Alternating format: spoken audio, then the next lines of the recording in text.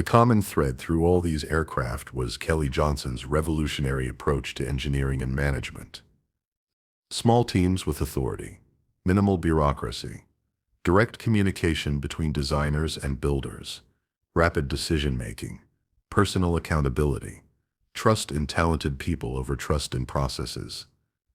Ben Rich, Kelly's successor as Skunk Works director, Kelly's genius wasn't just technical, it was organizational. He understood that people work best when you trust them, give them authority, remove obstacles, and hold them accountable for results. That contradicts how most large organizations operate. Most companies trust processes, not people. Kelly trusted people and minimized process. Modern Silicon Valley technology companies would adopt Skunk Works principles, calling them innovation labs or tiger teams. But following Kelly's DNA, the terminology changed, but the philosophy remained pure. Kelly Johnson. From the P-38 Lightning that helped win World War II, to the SR-71 that flew faster than missiles, to the F-117 that made aircraft invisible to radar, each represented Kelly's belief that small teams of talented people could accomplish what large bureaucratic organizations couldn't. The boy rejected by the Army Air Corps had created a legacy that transformed not just aviation, but how innovation itself was approached. Success came with a cost that Kelly Johnson paid throughout his life. The demanding nature of his work ethic, the relentless pursuit of perfection, the obsessive dedication to solving impossible problems. These qualities that made him a legendary engineer also exacted a heavy personal toll. Kelly worked 18-hour days, not occasionally but habitually.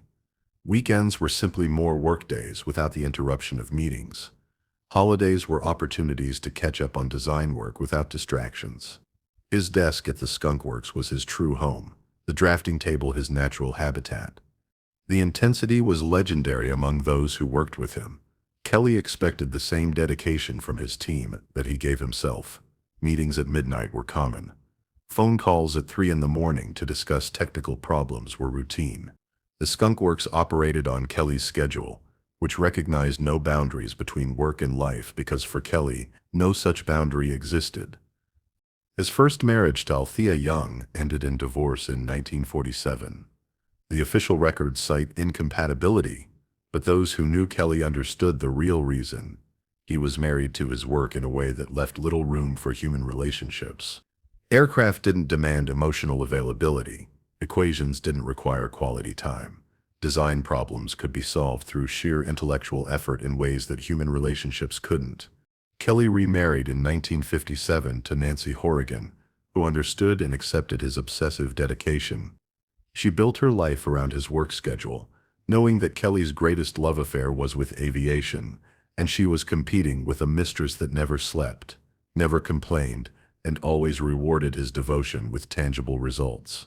The psychological burden of responsibility weighed heavily. Kelly knew that pilots bet their lives on his designs. Every calculation, every design decision, every component specification could mean the difference between a pilot coming home or dying in a burning aircraft. That knowledge drove his perfectionism but also created anxiety that never fully left him. When accidents occurred, and in experimental aviation, accidents were inevitable, Kelly took them personally. Test pilot fatalities haunted him. He would review every detail obsessively, searching for the design flaw he might have missed. The calculation he should have checked one more time. The test he should have insisted on before clearing the aircraft for flight. The U-2 program saw several fatal crashes during development and operational deployment. Each one drove Kelly to redesign systems, strengthen structures, and improve safety margins. But the losses never stopped feeling like personal failures, even when investigations showed pilot error or unforeseeable circumstances rather than design flaws. Yet the recognition came steadily throughout his career.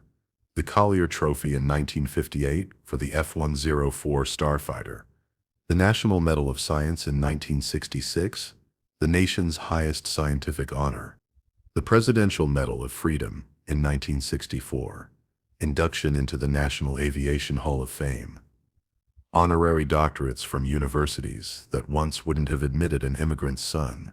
Kelly retired from active management of the Skunk Works in 1975 at age 65, but retirement was theoretical. He continued consulting, reviewing designs, offering guidance to the next generation of Skunk Works engineers. Ben Rich, his successor, consulted Kelly on every major decision, knowing that decades of experience couldn't be replaced by organizational charts. In his later years, Kelly reflected on the path from rejection to vindication with characteristic bluntness. When asked about his career by aviation historians, he said, "The Army didn't want me in 1932. By 1945, they couldn't win the war without aircraft I designed. That's not vindication, that's just irony. I didn't do it to prove them wrong. I did it because I loved solving problems they said couldn't be solved." But those close to him knew the rejection had never fully healed. It remained a wound that drove him, a slight that fueled decades of achievement. A moment of failure that he answered with a lifetime of success. Kelly Johnson died on December 21, 1990, in Burbank, California. He was 80 years old. He had spent 57 years with Lockheed, 44 years leading the Skunk Works, a lifetime proving that rejection was not the end of a story, but sometimes its beginning.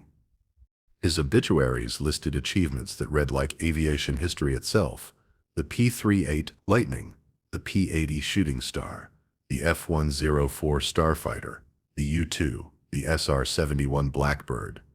Over 40 aircraft designs bearing his fingerprints. More than a dozen that revolutionized aviation. But perhaps his greatest legacy wasn't any single aircraft. It was the methodology, the philosophy, the approach to innovation that proved small teams of talented people could accomplish what large bureaucratic organizations couldn't. The Skunk Works continues operating today at Lockheed Martin, still following the principles Kelly established over 80 years ago, still building aircraft that push technological boundaries, still proving that his answer to institutional rejection was the right one. The boy from the Michigan mining town who was told he wasn't good enough had created a legacy that would outlive him by generations. The numbers tell a story of achievement that borders on the impossible. A single engineer's career that transformed aerial warfare, reshaped Cold War strategy, and established methodologies that revolutionized how advanced technology is developed. The P-38 Lightning. Over 10,000 aircraft produced between 1941 and 1945, more than any other American twin-engine fighter of World War II. The Lightning flew in every theater of the war: European skies, North African deserts, Pacific islands, China-Burma-India theater, Alaska's frozen north. Wherever American forces fought, the fork-tailed devil appeared. Combat statistics revealed the Lightning's impact. America's top two fighter aces, Major Richard Bong with 40 confirmed victories and Major Thomas McGuire with 38, both flew P-38s in the Pacific theater. The aircraft destroyed more Japanese aircraft than any other American fighter type. In Europe, Lightning pilots claimed over 1,500 enemy aircraft destroyed in aerial combat. The Lightning served in roles Kelly never initially envisioned. Fighter-bomber missions dropping bombs and rockets on ground targets. Reconnaissance variants with cameras in the nose instead of guns, photographing enemy positions from high altitude. Night fighter versions with radar in a modified nose pod, hunting enemy bombers in darkness. Pathfinder aircraft leading bomber formations through overcast skies.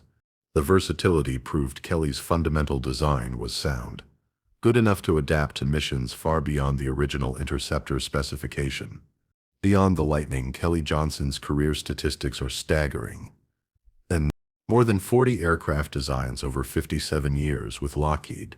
Multiple aircraft that set world speed records, altitude records, range records.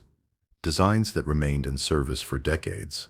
The U-2 still flies over 70 years after its first flight. The Skunk Works methodology he created produced aircraft on time and under budget with consistency that defied aerospace industry norms. The XP-80 Shooting Star, 143 days from start to first flight, 37 days ahead of schedule. The U-2, 8 months from contract to first flight. The SR-71, 32 months from contract to first flight, despite unprecedented technical challenges. Traditional aerospace programs often ran years behind schedule and billions over budget. Kelly's Skunk Works delivered revolutionary aircraft faster and cheaper by eliminating bureaucracy and trusting talented people. The personal toll, however, was equally measurable. 2 marriages, the first ended in divorce from neglect. The second survived because Nancy Johnson accepted that aviation owned her husband's heart. Countless 18-hour workdays, weekends consumed by technical problems, holidays spent at drafting tables, ulcers from stress, exhaustion from relentless pace, anxiety from responsibility for pilots' lives. Kelly accumulated awards like other men accumulated family memories. The Collier Trophy, aviation's highest honor, awarded twice. The National Medal of Science, the Presidential Medal of Freedom, Daniel Guggenheim Medal, Wright Brothers Memorial Trophy, honorary doctorates from multiple universities. But he measured success differently. Not in awards or recognition, but in aircraft that flew, missions that succeeded, pilots who came home alive because his designs worked. The irony that defined his career remained sharp even in retrospect. Rejected by the Army Air Corps in 1932 for reasons never fully explained. By 1945, the Army Air Forces depended entirely on aircraft he designed for strategic operations. The institution that deemed him unworthy in his youth couldn't fight its wars without his genius and his maturity. The lightning alone vindicated every rejection, answered every doubt, proved every skeptic wrong. But Kelly didn't stop there. He spent 50 more years proving the same point repeatedly, that conventional thinking was often wrong, that bureaucracy strangled innovation, that small teams of talented people could accomplish what large organizations couldn't. The final accounting reveals a career unmatched in aviation history. More revolutionary aircraft from a single engineer than any other designer. Methodology that transformed how advanced technology is developed. Legacy that continues influencing aerospace engineering and management theory decades after his death. General Curtis LeMay, Strategic Air Command commander, summarized Kelly's impact. Johnson didn't just design aircraft. He reinvented how we think about aerospace development.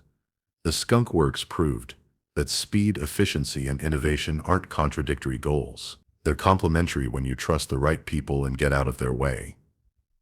The boy from Ishpeming, Michigan, son of a Swedish immigrant miner raised in poverty, educated on scholarships, had risen to become perhaps the greatest aircraft designer in history.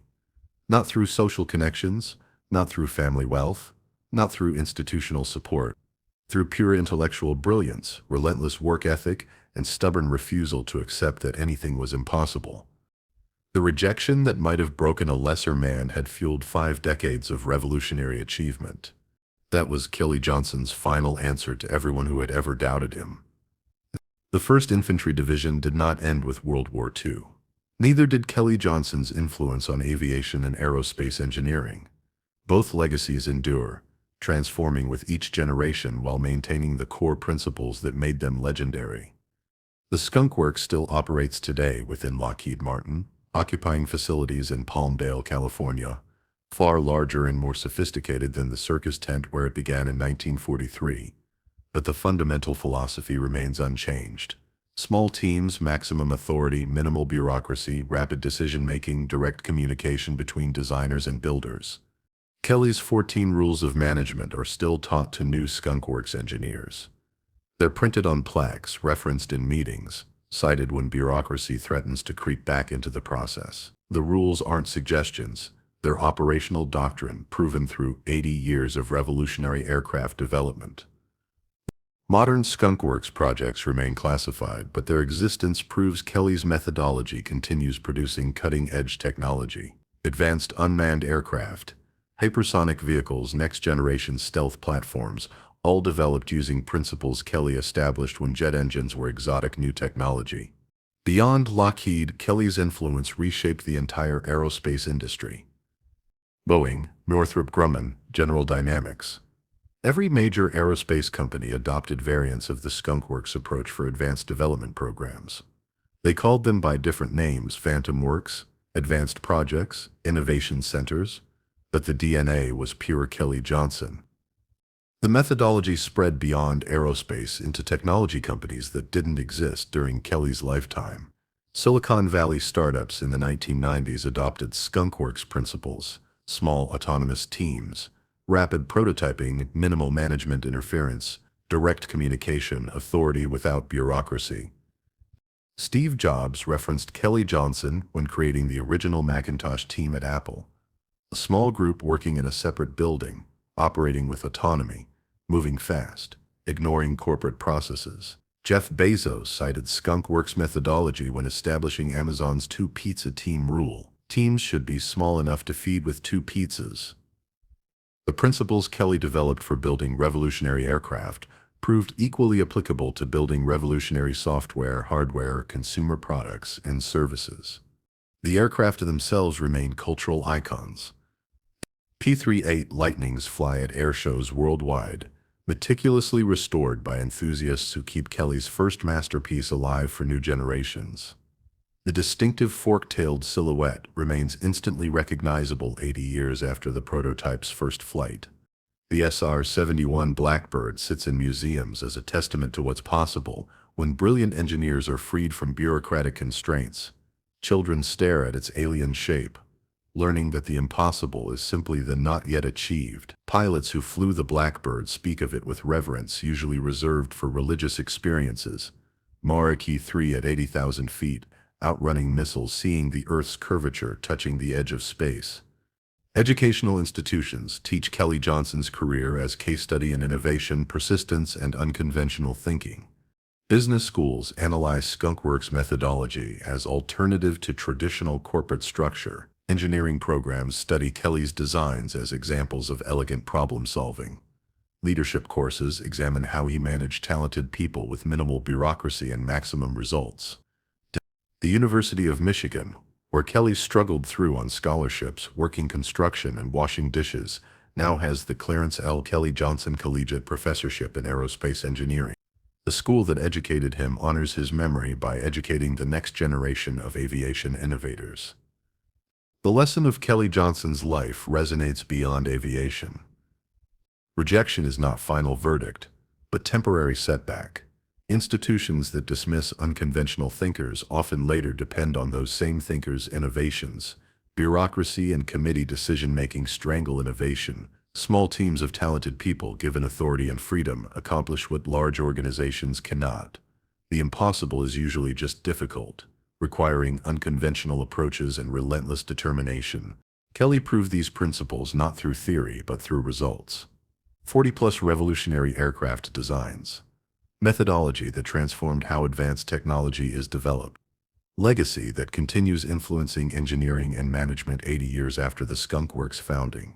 Modern aerospace engineers still reference Kelly's famous quote, "Be quick, be quiet, be on time." 3 principles that capture his entire philosophy. Be quick. Bureaucracy kills innovation through delay. Move fast, decide fast, build fast, test fast, fix fast. Speed is competitive advantage. Be quiet. Secrecy protects innovation from competitors and bureaucrats who would interfere. Work in isolation. Reveal results only when ready. Be on time. Credibility comes from delivering what you promise when you promised it. Meet deadlines. Stay on budget. Prove that speed doesn't mean sloppiness. The rejected engineer from Michigan became the standard against which all aerospace engineers are measured. The immigrant son who wasn't good enough for the Army Air Corps created the aircraft that won wars, reshaped strategy, and pushed humanity's technological boundaries. That is legacy. That is vindication. That is Kelly Johnson's final answer to rejection. Clarence Leonard. Kelly Johnson died on December 21, 1990 in Burbank, California. He was 80 years old. The obituaries in newspapers worldwide detailed a career that read like the entire history of modern aviation compressed into one extraordinary life. But the true measure of his legacy wasn't found in obituaries or award lists. It was found in the sky. On the day Kelly died, U-2 reconnaissance aircraft, designed 35 years earlier, were flying operational missions. His design, conceived in the early Cold War, remained relevant in the post-Cold War world. That's not just good engineering, that's visionary engineering that anticipates needs decades beyond its creation. The P-38 Lightning, that vindicated his genius in 1943, still flew at air shows, thrilling crowds with its distinctive twin-boom silhouette and the roar of twin Allison engines. Children who weren't born until 50 years after the Lightning's combat debut could still see Kelly's revolutionary design cutting through the sky. The SR-71 Blackbird, retired in 1998, still held every speed and altitude record in its class. No aircraft before or since matched its performance. It represented the absolute pinnacle of what could be achieved with conventional aircraft technology. Kelly's masterpiece, his final statement that the impossible was simply a challenge waiting for the right engineer. The Skunk Works methodology outlived its creator and continues thriving. Every advanced aerospace program, every cutting-edge technology development, every innovation requiring speed and secrecy, bears Kelly's fingerprints. His organizational philosophy: trust people, eliminate bureaucracy, move fast, deliver results, became doctrine not just in aerospace but throughout industries that value innovation over process. Silicon Valley technology companies operate on principles Kelly established in a circus tent beside a plastics factory in 1943. They don't call it Skunk Works, they call it agile development, lean startup methodology, innovation labs. But the DNA is identical. Small autonomous teams, rapid iteration, minimal bureaucracy, maximum authority, direct communication. The rejection that defined Kelly's early life became the foundation of his greatest achievements. The Army Air Corps that rejected him in 1932 couldn't fight World War II without aircraft he designed. The institution that deemed him unworthy became dependent on his genius. The bureaucracy that dismissed him learned that their loss was history's gain. But Kelly never publicly celebrated that irony. He wasn't driven by revenge or vindication in the petty sense. He was driven by the pure intellectual challenge of solving problems others declared impossible. The rejection hurt, fueled his determination, shaped his career, but it didn't define his purpose. His purpose was simpler and more profound: build aircraft that pushed boundaries, solve engineering problems that defied conventional wisdom, prove that radical thinking could produce practical results. The final accounting of Kelly Johnson's career defies easy summary. More than 40 aircraft designs, many revolutionary. Methodology that transformed aerospace development and influenced industries far beyond aviation. Legacy of innovation. Persistence in unconventional thinking that continues inspiring engineers, entrepreneurs, and anyone who refuses to accept that impossible means never. Ben Rich, Kelly's successor at Skunk Works, delivered perhaps the most fitting tribute. Kelly didn't just design aircraft, he redesigned how we think about innovation itself. He proved that small teams of brilliant people, freed from bureaucratic constraints, can accomplish miracles. That lesson transcends aviation. It's relevant to any field where innovation matters more than process, where results matter more than procedures, where talent matters more than hierarchy. The boy from the Michigan mining town, the immigrant's son rejected by the institution he desperately wanted to serve, became the greatest aircraft designer in history. Not through social connections, not through inherited wealth, not through institutional support, through sheer intellectual brilliance, relentless work ethic, willingness to challenge conventional wisdom, and stubborn refusal to accept that anything was truly impossible. The P-38 Lightning was his first answer to rejection. The Skunk Works was his second answer. The U-2, the SR-71, the F-117, and dozens of other revolutionary designs were his continuing answer, repeated throughout a 57-year career that never stopped proving the doubters wrong. Today, when aerospace engineers face impossible specifications, crushing deadlines, or institutional resistance, they ask themselves, what would Kelly do? The answer is always the same: trust your calculations, trust talented people, eliminate bureaucracy, move fast, and deliver results that speak louder than any committee's doubts. Clarence Kelly Johnson was rejected by the Army Air Corps in 1932. By 1945, he had designed the aircraft that helped win World War II. By 1964, he had designed aircraft that flew faster than missiles. By 1981, he had established methodology that made aircraft invisible to radar. That wasn't vindication. That was revolution. The fork-tailed devil that outsmarted the Luftwaffe was just the beginning. The real legacy was proving that rejection, properly channeled, becomes the most powerful fuel for achievement. Kelly Johnson's final answer to those who rejected him echoes in every aircraft that pushes boundaries, every innovation that defies conventional wisdom, every talented person told they're not good enough who proves the doubters catastrophically wrong. The lightning struck in 1943. The thunder still echoes today.